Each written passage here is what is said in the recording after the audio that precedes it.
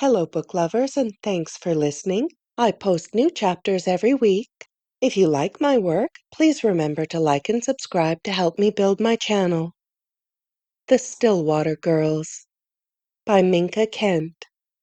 Narrated by Jennifer Schafer. Chapter 39. Wren. Would you like some coffee, Deputy?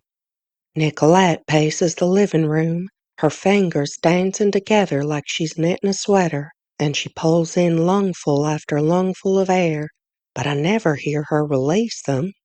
Deputy May lifts her hand before returning it to the belt around her hips. No thanks. Sage and I take a seat in the center of the sofa. May says the social worker from the hospital last week is on her way. I haven't seen her since then, and I can't remember her name, only that she smelled heavily of lilacs and talcum powder. She's here, Brent says, heading to the entryway to get the door. A second later, the woman with the poofy brown hair and tired-looking eyes is standing next to Deputy May. Nicolette takes a seat beside Sage. Brent takes a seat beside me. Girls, you remember Sharon Gable? The deputy says. I nod and breathe in the heavy scent that invades the room. Sage's knee bounces and I place my hand over her thigh to stop it. A few days ago, Sharon begins, her words slow. Authorities came across the body of a woman in the woods. They were able to compare her DNA to DNA found at your cabin. She pauses, swallowing. And I'm so sorry to tell you this, girls, but it was a match. I glance to Nicolette. What does this mean? Deputy May steps forward. Your mother is no longer with us. Sage looks to me, and I slip my arm around her shoulders, letting her bury her head into my shoulder, muffling her sobs. Deep down beneath all her simplicity, I think she knew just as well as I did that things would never be the way they once were. Mama never would have abandoned us intentionally, even with all her faults and imperfections. It's the strangest thing, but I feel nothing. No sadness, no relief, no sorrow or regret. Is it normal to feel this numb? Maybe I'm too angry to feel sad. I'm sure you're in shock, girls, May says. But if you need, we can refer you to a grief counselor, someone to talk to. What about Evie? I ask. The deputy hesitates. We're still looking for her. But girls, Sharon says, placing her hand on May's shoulder, there's more. May won't look at us now. What? I ask. What else is there? Remember the DNA tests you did at the hospital? She asks. When a nurse swabbed the inside of your cheeks? Yes, I say, voice sinking, heart sinking, hope sinking. May's normally hardened expression is blank and unreadable. Whatever news she's about to share won't be good. The lab wasn't able to get a match between you and your mother, she says, face wincing. And not only that, but they weren't able to find a match between the two of you. What does that mean? I ask. It wasn't until the day at the hospital that I'd ever heard of such a thing as DNA. We're not sisters?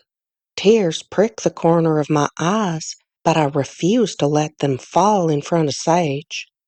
Ren? Sage lifts her head, the tip of her pointed nose flushed and her gaze glassy. Sharon nods. I'm so sorry, but yes, that's exactly what it means. Genetically, you are unrelated. How could that have happened? Brant asks. That's what we're still checking into, Deputy May says. Normally, we'd start by combing through adoption records, but without last names or confirmed birth dates, it's virtually impossible to track those down. Nicolette covers her nose and mouth with one hand. She's yet to say a single word. So, what's the next step? Brant asks. May looks at us as she answers him. Next step would be to run their DNA through the database of the National Center for Missing and Exploited Children and see if we can't get a hit. Right now, they're in the process of running DNA tests on some hair strands they found in the cabin that they think belong to the youngest girl. We've also been in contact with the families of missing children in the area, trying to see if we can make any connections. Nicolette turns to us, reaching across our laps and patting our hands. I'm so sorry, girls. I know this must be devastating for you. Sage, I say, nudging her until she lifts her gaze to mine. I don't care what some stupid test says. We're still sisters. Sage offers the tiniest hint of a smile before burying her head into my shoulder all over again. I hold her tighter as if the harder I squeeze, the more she'll know I'm not going anywhere, and I'll never let her go. Do you think? I begin to ask before the words get stuck. Do you think Mama kidnapped us? The word is strange and unfamiliar on my tongue, and I didn't know the meaning of it until I started reading that book earlier today.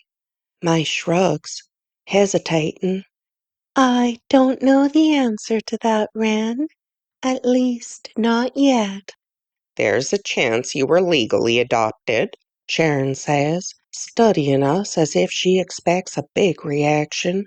But there's also a chance you weren't, and in that case you might have family looking for you.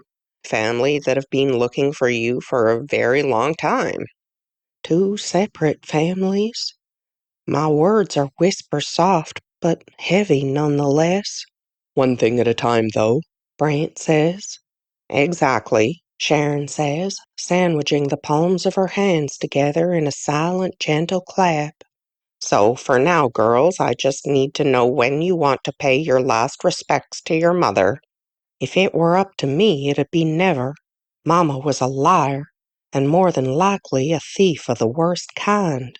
How could Mama, a woman who once cried for days when a mountain lion ran off with one of our newborn goats, steal someone else's child? I was willing to give her the benefit of the doubt, but that isn't possible now. She isn't here to explain what she did or why she did it. All that's left is a mess of unanswered questions. I always did find it a little odd the way Mama left to meet the man one night and came home with a wagon full of supplies and a crying baby wrapped in a blanket made of some bright pink plush material I'd never seen before. At the time, I wasn't quite 10, and I knew nothing about how human babies were born.